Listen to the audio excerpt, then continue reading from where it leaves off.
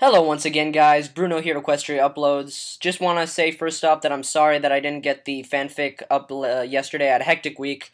I had to go to San Francisco and I was getting over my stomach kind of thing, as you saw in my update video from last week. So I decided to make you a video for today. It's on my first and second channels. Go check it out. It's kind of funny, and I hope you guys enjoy that, and it kind of makes up for what I didn't give you guys on Sunday. Yeah, yesterday. So I wanted to give you guys a fun one today. It's called Grounded. It's about, I believe it's about Rainbow Dash getting grounded and learning about what friendship really is, and she grows a little bit, as in an actual episode, so I like that. So we'll just begin, and the link as usual will be in the description, so here we go. Warm afternoon sunlight streamed through a tidy farmhouse window, dust motes drifting in the golden beam before it fell on a pony-shaped lump beneath the quilts. The embroidered bedspread rose and fell gently as the quiet snores of the bed's occupant, slowly drifting as the sun sank slowly in the fall sky.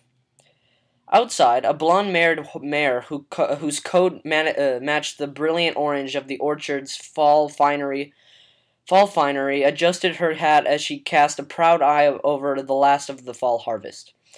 It had been a great harvest for the Apple family this year, and Applejack couldn't help but smile at the results. After all the problems during last year's harvest, she'd had a long chat with Big Macintosh and Granny Smith, and they had come up with a plan. Bits were still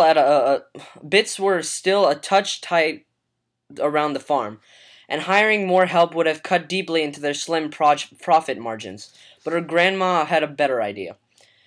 All it had taken was a few well-placed suggestions at the spring's Apple family reunion, and all was set.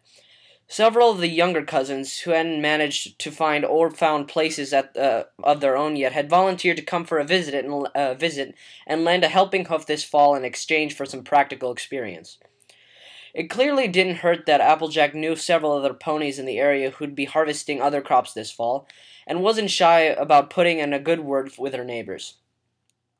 All in all, it had worked out pretty darn well, as far as Applejack figured. Her cousins got a bit of work and made some good references, and the harvest that had taken her 2 weeks of mind-numbing exhaustion was accomplished in 3 days of hard work. As she looked out of the blessedly empty orchard, a pair of ponies coming out of the western hills caught Applejack's eye, and her smile widened at the sight. Big Macintosh's red coat was a perfect match for the apples crowding the bushel baskets on either side of his working harness. Excuse me.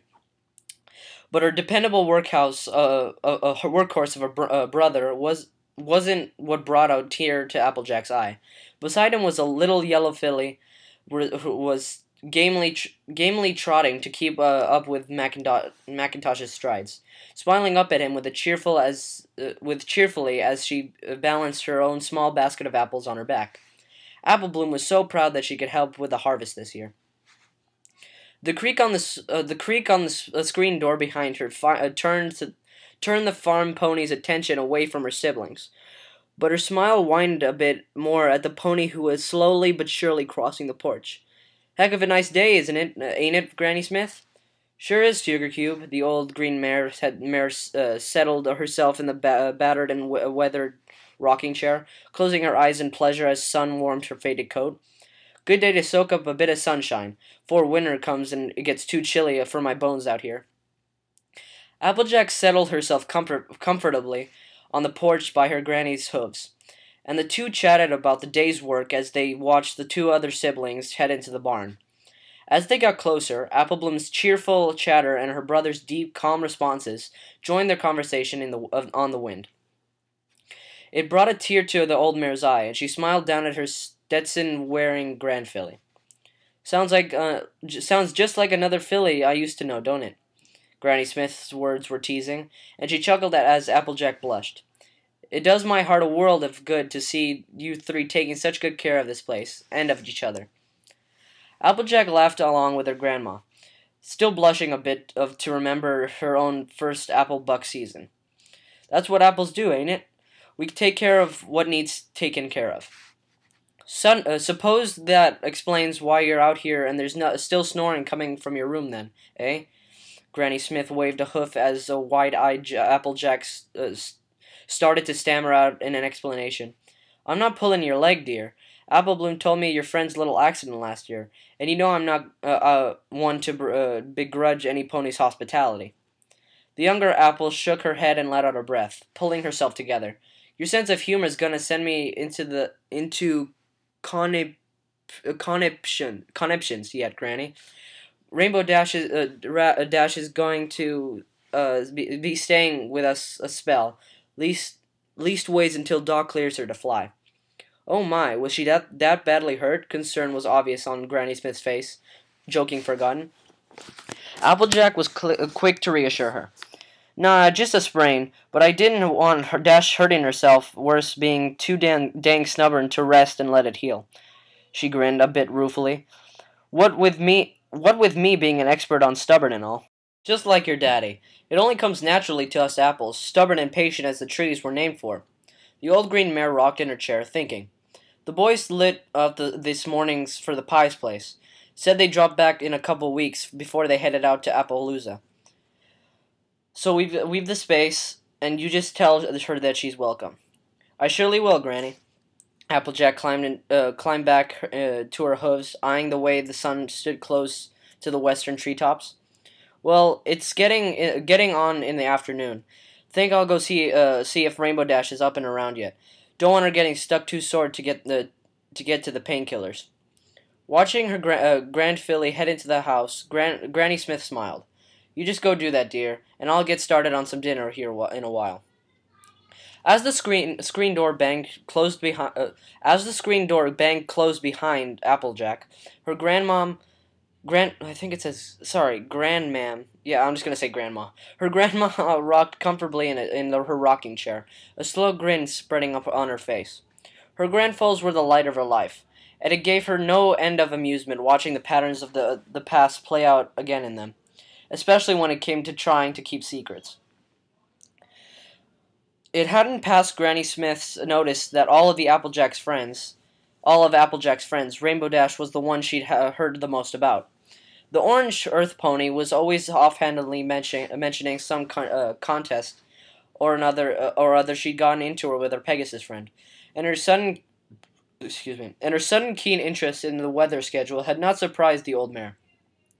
Nor had she missed how often a certain tree out on the hill tended to pick up a colorful tenant right about the time her grandfilly was usually out taking her afternoon stroll to check the orchards.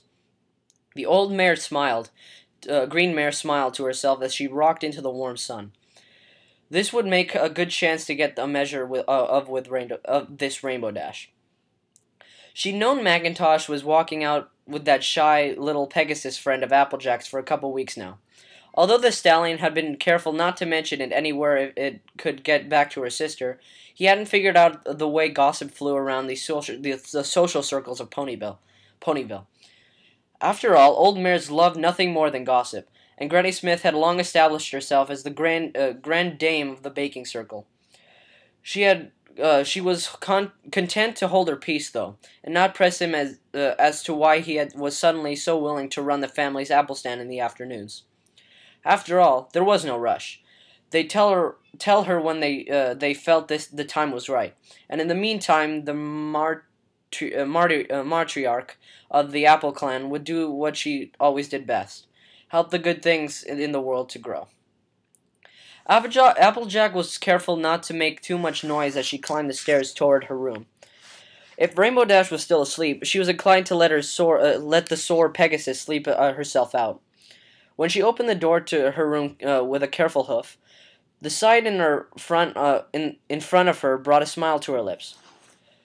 The afternoon sun had apparently gotten on the nerves of the bed's occupant, and she had moved to keep it out of her eyes. By this point, all that was visible beneath the old quilt was a splash of rainbow-striped mane against the pillow, which had now migrated to the foot of the bed. The tip of cyan ear poking out of the messy hair was the only other visible sign that there was actually a pony somewhere under that rumpled blanket. Taking a few steps across the room, Busied herself for a moment, pulling the curtains to block out the worst of the afternoon sun, before turning back to the bed as the sheets rustled. A moment later, the quilt shifted, and Rainbow Dash blinked sleepily, Rose eyes up at the orange earth pony. Dash yawned, as her nose crinkling delicately before looking up to Applejack. Good morning. Applejack chuckled, folding her forelegs on the bed to put herself on the other pony's eye level. More like afternoon, Sugar Cube. You slept straight through the day. Rainbow Dash blinked once more. You should have had me have me. You should have got me up. You should have got me up. Okay. Her voice was still a bit rough from sleep, but carried a bit of annoyance being left to snooze. When Dash moved to climb out from beneath the quilt, annoyance faded with a wince as the muscles in her back and wing gave her a sharp reminder of just why she was sleeping in a bed instead of on her usual clouds.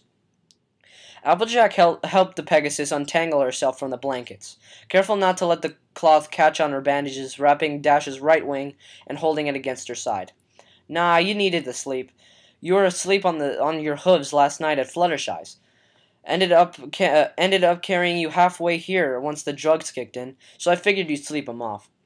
Wincing again as she pushed herself to sit on the bed, Dash hung her head at the mention of being carried. Yeah, that stuff's always hitting me like a brick. Sorry you got stuck hauling me around, AJ. Not like you weigh anything to speak of anyway, Sugar. Compared to what I'm usually hauling around in Applebuck season, one pretty little Pegasus pony ain't nothing. Leaning in, the orange mare pulled Rainbow Dash into a careful hug. Besides, you do the same for me, and you know it. Well, yeah, of course I would, but Dash broke out of her doubtful words as Applejack laid a gentle hoofs on her lips. But nothing. I'm just glad to have you here with me in one piece after yesterday.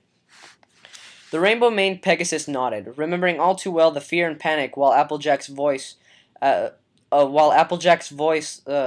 she had kept up a steady stream of reassuringly optimistic chatter to distract her from the pain of an injured wing on the way to the clinic. You and me both. I was dead sure I'd busted something until Doc gave me the good news. Sprains may take a while to heal, but at least I'll be back in the air in a couple weeks instead of a couple months. She shivered at the thought, if at all. Wing bones don't always heal well. Well, that's two good things then. I talked to Granny Smith a bit ago, and you're more than welcome to stay here until you heal up. Applejack grinned as she switched to a more cheerful topic, determined to keep Dash from dwelling on what could have been. If you want to, of course, now that the apples are bucked, it'll be a quiet month or so until the winter market season goes into swing. Well, if I'm not in the way, a pony that was usually fiercely independent, Rainbow Dash was always uncomfortable having to rely on others. She never had been the one to stay where she wasn't wanted. Shucks, Rainbow Dash, I'd be mighty glad of the company. Oh, Twilight stopped by this morning to pass on her best, and let her know that Cloud Kicker's coming down from Canterlot to shore up the weather ponies. The weather ponies here. Sorry. Applejack chuckled. So you don't have to worry about the weather. From the way Twi was talking, it seems like like Princess Celestia was sending her down here to prove a point. The Cyan Pegasus perked up at the news, sounding much more like herself. That's priceless. I went to flight school with Cloud Kicker. She was always sure that the little farm towns like Ponyville were putting old Pegasi out to pasture. Drawing herself up, Dash affected an overblown Canterlon accent.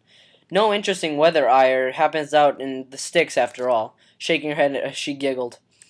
Let's see her say after the first winter storms roll off Everfree Forest. Well then, sounds like this accident ain't gonna turn out all bad after all. You get a little much deserved time off to heal up. Cloud Kicker gets to learn a good lesson. Applejack glanced at the open door, just to be sure, and then leaned in and kissed Rainbow Dash softly, pulling away with a smile and a blush. And I get to spend my favorite time of the year with my favorite pony. An equally blushing Rainbow Dash smiled back. Suddenly, being grounded isn't so bad.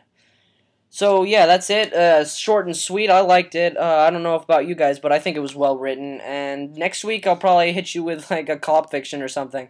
I've heard a lot of people like that kind of stuff.